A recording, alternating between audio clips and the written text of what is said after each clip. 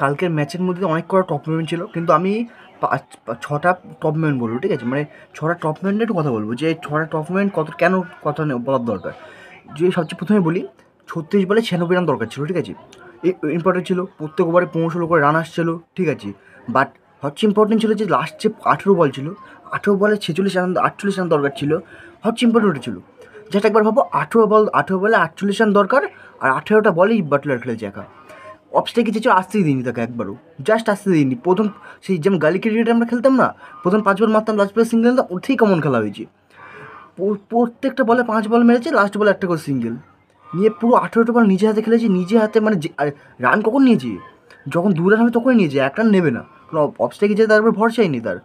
এটা হচ্ছে সবচেয়ে বেস্ট মুভমেন্ট ছিল, 18 বলের মধ্যে 18 বলে নিজে খেলা, অন্য অফস্ট্রাইকে না দেওয়ারই, ঠিক আছে? সবচেয়ে বেস্ট মুভমেন্টটা ছিল, যে তোমরা বলো। আর তারপরে ছিল যেটা হচ্ছে, তারপরে মোমেন্ট হচ্ছে ভাই 24 কোটির বল। ভাই 24 কোটিতে কেনার পরে তোমার তো হাইলাইট হবে, তুমি যদি এরকম বল করো হাইলাইট হবে, লোকে বলবে, কিচ্ছু করার নেই, ঠিক আছে? তুমি জাস্ট একবার ভাবো, যেখানে 18 নম্বর ওভারে এসে মানে স্টার্কের প্রচুর রান দরকার ছিল, ঠিক আছে? তখনও অনেক রান দরকার ছিল, ও সে কত খেলে, 18 নম্বর ওভারে এসে 18 রান খায়, ঠিক আছে? রানটা কীভাবে হয়, এমনি মারলে হয়? প্রথম বলে 6 মারে, একদম ইজি 6, এটা খুব বাজে বল ছিল এটা, সবাই মনে করে 8 খেলা দেখে থাকো, ওই বলটা বাজে ছিল সবাই জানে। তারপরে কী হয়, তারপরে একটা হোয়াইট বল দেয়, তারপরে ডট হয়, তারপরে আবার ডট, তারপরে হোয়াইট, আর তারপরে ম্যাচটা চেঞ্জ হয় যখন হোয়াইট প্লাস সিঙ্গেল হয়। সিরিয়াসলি পুরো ম্যাচের মোমেন্টটা পুরো কলকাতা থেকে রাজস্থানে চলে যায় ওই হোয়াইট প্লাস সিঙ্গেলে, ওই হোয়াইট প্লাস 4-এ, ঠিক আছে? হোয়াইট প্লাস 4, তারপরে হয় হচ্ছে 1 রান নিয়ে মানে আবার বাটলার চলে আসে, স্ট্রাইকে চলে আসে, যেটা একবার ভালো এইটা পুরো ম্যাচ। তুমি যদি একটু যদি তখন ভালো বল করতো, 18-র জায়গায় যদি 18-র জায়গায় 10, 12 বা 9 খেত, ম্যাচ অনেকটা হাতে চলে আসতো, ম্যাচ জেতার চান্স অনেকটা বেরিয়ে যেত কলকাতার। বাট কিছু বলার নেই, বলার সাইড। আর যদি আমরা পরের মুভমেন্টে করি, 3 নম্বর মুভমেন্টে চাইছি ভাই রিয়ান পারাগের মুভমেন্টটা। জাস্ট একবার দেখো, রিয়ান পারাগ যখন আসে, ঠিক আছে? রিয়ান পারাগ আর পোয়েল, এরা দুজন অল্প সময়ের জন্য আসে, ঠিক আছে? অল্প, খুব বেশিক্ষণ ছিল না, বাট এরা যেটুকু খেলেছে ভালো খেলেছে। তুমি যেটা অল্প সময়ের জন্য, কিন্তু যেটুকু খেলেছে পুরো ইম্প্যাক্টফুল পারি ফেঁকে দিয়েছে, কারণ অল্প অনেক রান করে গেছে। যদি রিয়ান পারাগ প্রথমে কিন্তু 8 বলে 10 রান করেছিল, খুব বেশি রান নাই।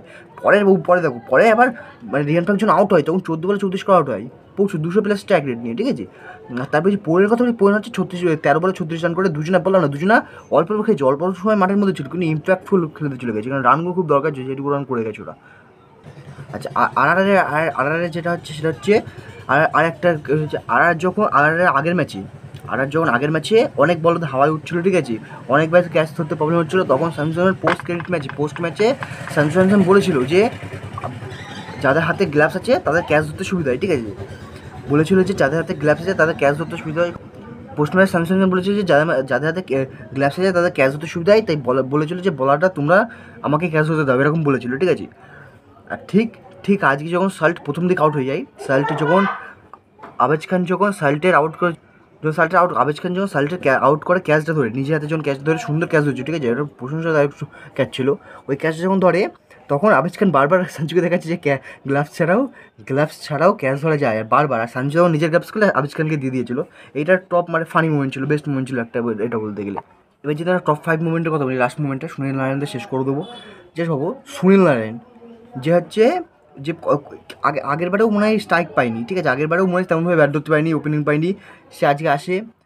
আর পুরো আজ খেলার সুনীল তো বেশি ফটফট করে দিক মেরে দেয়, সুনীল রাম করিনি, আজকে সুন্দরভাবে খেলেছে, দেখে খেলেছে, ভালোভাবে খেলেছে, আর পুরো ব্যাটসম্যানের মতো খেলেছে একটা। সুনীল যে এসেই উড়িয়ে মুড়িয়ে দেয়, ওরমভাবে খেলেনি, সুনীল বুদ্ধি কেটে গেছে, সুন্দরভাবে খেলেছে, আর সুনীল সেঞ্চুরি করেছে। আর সুনীলের কথা বলি, 16 এপ্রিলটা সুনীলের জন্য একটু খাস, কারণ 2013 16 এপ্রিল ওই নিয়েছিল, কী বলে ওর নাম, 3টে উইকেট নিয়েছিল, হ্যাটট্রিক করেছিল সুনীল। 16 এপ্রিল 2013, আর 2014 করলো সেঞ্চুরি। আর একটা কথা বলে দিই, কলকাতার হয়ে এটা হচ্ছে আইপিএলের ট্রিপল সেঞ্চুরি, মানে কলকাতার টিম এটা 3টে সেঞ্চুরি করেছে। এটা করেছিল মাকরাম, তা 2008-এ, একদম প্রথম সিজনে। আর আগের বারে করেছিল ভেঙ্কটেশ আইয়ার, আর এই সিজনে করেছে হচ্ছে সুনীল নারায়ণ। চলো দেখি, কলকাতা একটু সেঞ্চুরি রেটটা প্রচুর কম। সুনীল নারায়ণের কথা বলি, সুনীল নারায়ণ 56 বলে 109 রান করে, 13টা 4, 9টা 6। আইপিএলে বলো সুন্দর একটা খেলা করেছে। যখন সুনীল নারায়ণ আউট হয়ে যায় না, সবাই কী কলকাতার হেডার, কী কলকাতার আবার সবাই দাঁড়িয়ে হাততালি দিয়েছিল, সবাই জানে যে ভালো খেলেছিল, যেমনভাবে বাটলার যেমন খেলেছিল সবাই হাততালি দিয়েতেই হয়েছে, কেন বাটলার একা হাতে ম্যাচ জিতেছিল, ঠিক তেমন সুনীলও ভালো ছিল। বাট সুনীলের মতো হবে না, কারণ সুনীলরা ম্যাচ হেরে গেছে, যেটা ম্যাচ হেরে যায় তাদের নাম বেশি হয় না ভাই। যে আমি ডিসকাস কথা ভেবে রাখবো। চলো এতক্ষণ যে বাই।